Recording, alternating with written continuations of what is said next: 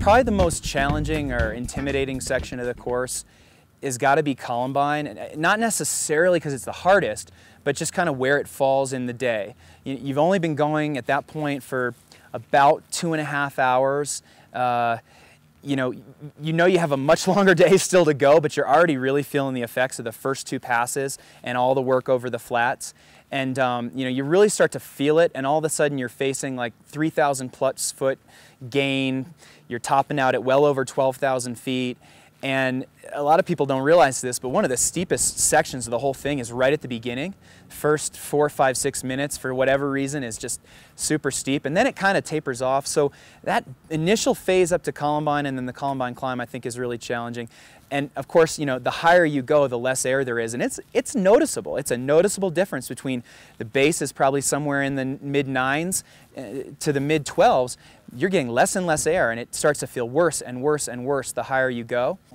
For me, the start of any race is always the hardest part. There's so much anxiety and adrenaline, and basically, before the gun goes off, it's really twitchy and nervous, and the whole road section leading out to St. Kevin's, there's just this big twitchy pack of mountain bikers who some have experience on the road, some don't, and then that St. Kevin's climb, that first climb, really kind of makes the selection of what group you're going to be in, if you're going to be with people on the flat road section or not.